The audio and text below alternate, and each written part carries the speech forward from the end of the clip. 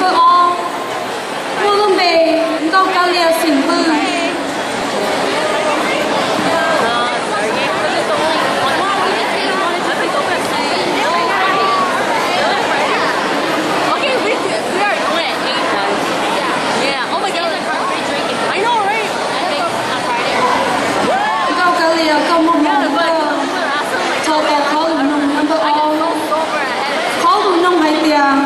How is education important for us Hmong people? We are the man Hmong community. Các khâu luôn nông hay tiề, cho kế cần tới chính chính mình trả đâu bên Hmong. Cho câu hỏi này mình cho kế về chính chính nói lại thì hay tiề. Theo cái chức về cái độ này là chỉ nói cho hàng cho bên người làm cái gì.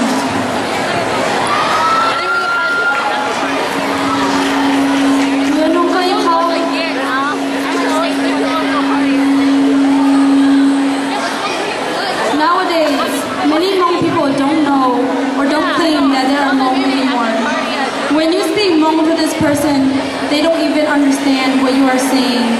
How are we going to find a way to make them call themselves Hmong? Nên lúc nào vô chúng linh đầu tụi Hmong, chỉ có hai tiền đi Hmong, lời nói do hai lưu Hmong cho nên cái nếu cứ chỉ có cái hai đã chia lời. Bây giờ thì sẽ học cái suy lòng thì đâu nên cái chuyện Hmong. Thì đây chỉ có tôi không thì chỉ có mỗi chỉ có cái sự giờ người mỗi chỉ ai thành nhất ở khó chịu quá rất ở nên là sự chỉ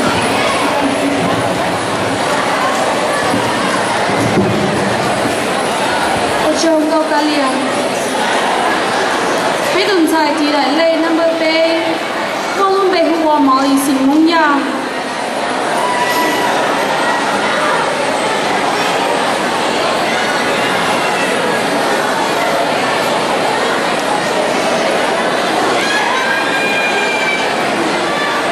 Molly câu mong có cho tôi khó lùi lùng number E khó lùi lùng hay tiền.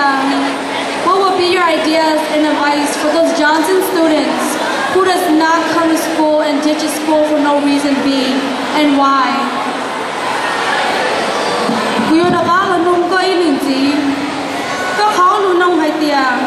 Có cho chú ý thiết kế quốc kia cho bây giờ Johnson High School student. Or chỉ nhiều cần tới thiên nhiều giá trị cần tới giờ đó chỉ thiết bị đi chả. Ở chỗ đó có lò lửa nung, bây giờ thọ là tế có lò lửa nung. Nhớ cũng muốn tàu có biết gì, cái lò thiệt trâu, bây giờ cũng thay đổi, và cần tới để chán sẽ nó. Bây giờ thọ là thiệt là, có chỉ sao giá trị cần tới là.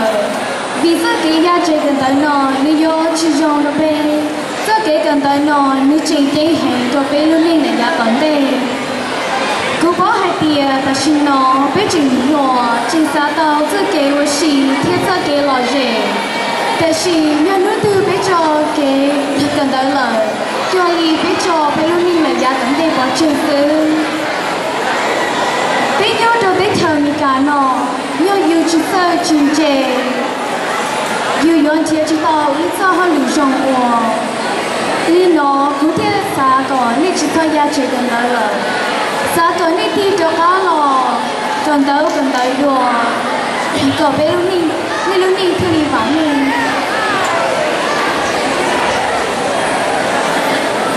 vì đó khá nông có ít khó lù hay tiền. Nowadays, many Hmong people don't know or don't claim that they are Hmong anymore. When you speak Hmong to this person, they don't even understand what you are saying. How are we going to find a way to make them call themselves Hmong?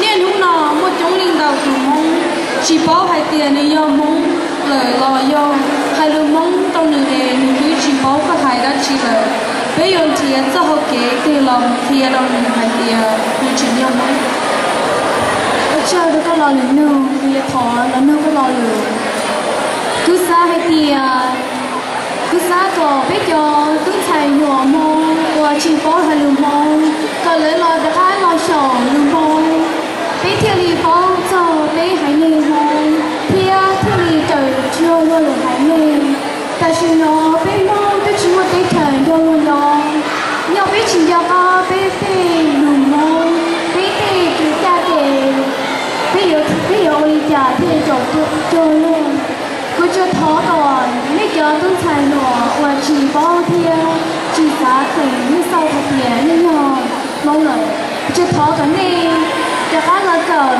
thia mà hay mong rồi cờ bé cờ luôn hay đi thích say cờ bé mong rồi ở trong cho tôi xài mọi gì không nhau tôi không gì muốn被我注意心梦呀。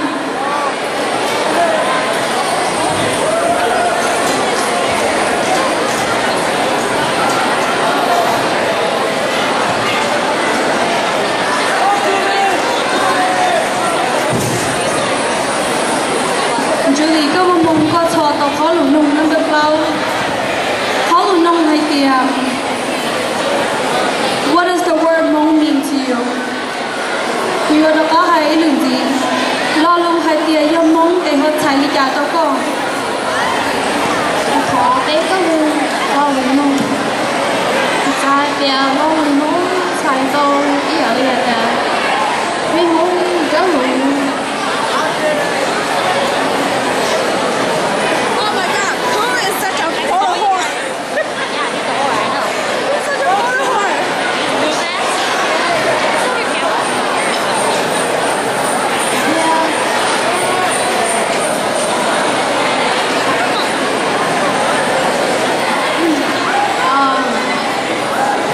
Giá tiền lo luôn thầy tôi hay tiền ý ở đây